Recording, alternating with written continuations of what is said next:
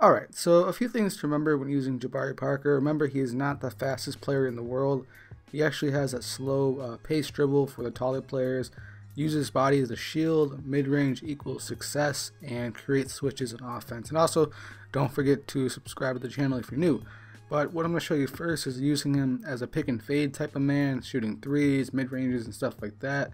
And you can also use him on the roll, but I prefer on the fade because with the fade, it normally makes a switch every time. As you see there, I got Zebo switched on me, and right here you'll see Mike Conley switched on to Jabari, and that's a mismatch any day. He's going to take him down to the block and go to work right there. And the drop step is normally his best move. That's sort of like him and Melo. I mean, they sort of have the same body type, so I like the drop step for both of them. And the next move is the spin jumper, and I do this a little different than, you know, the regular tap square twice or just spin the analog stick all the way through. I spin the analog stick and then I finish the whole animation off with square. I find that it finishes the shot better and I make more shots doing it that way.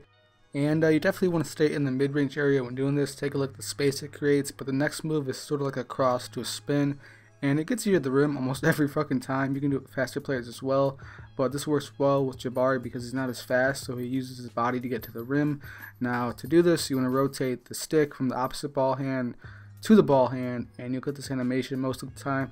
This is definitely useful for players who like to bump a lot and just have a trap defense. This actually works for escaping traps as well, so you can use this, and he rarely loses the dribble when he does it.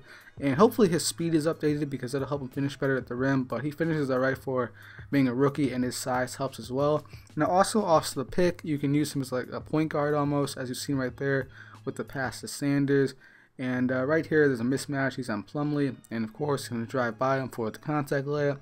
And if you notice right here, you can call a 3-2 and spread the floor and use him as a point right here. Now I could have lobbed the Sanders right there for the standing lob, but I just took it up for the foul. But you can also use him like a point guard, like I said, so like sort of like LeBron off the pick from Wade. So you might want to try like a Giannis and Jabari pick. That'll be real nasty if you want to spread the floor in 3-2 to lob to Sanders.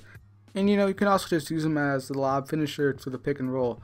Now also right here you see the mismatch is created. He's on Isaiah Thomas and he plays the point guard role, finds Illy under the rim for the standing dunk, and right here is a spin jumper. Look how much room that creates. That is so money in the isolation situation, especially when your opponent plays computer defense. Jabari, Melo, and Kobe are really nice with this move, so try it out with them as well.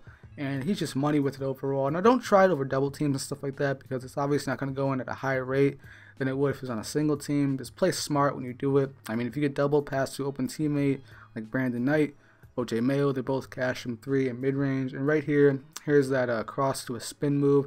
He gets right to the rim for the easy standing layup right there. Not standing layup, just layup in general. And like I said, when you do this, you want to call ISO and spread the floor because, I mean, you can do it in the fast break as well, but it serves you best when you have the floor spread out so the lane isn't as congested when you go up for the shot. Now, if you enjoyed the video, drop a like and subscribe if you're new to my channel. And if you want more 2K15 tips as well, check out the guide in the description below. Fucking see ya.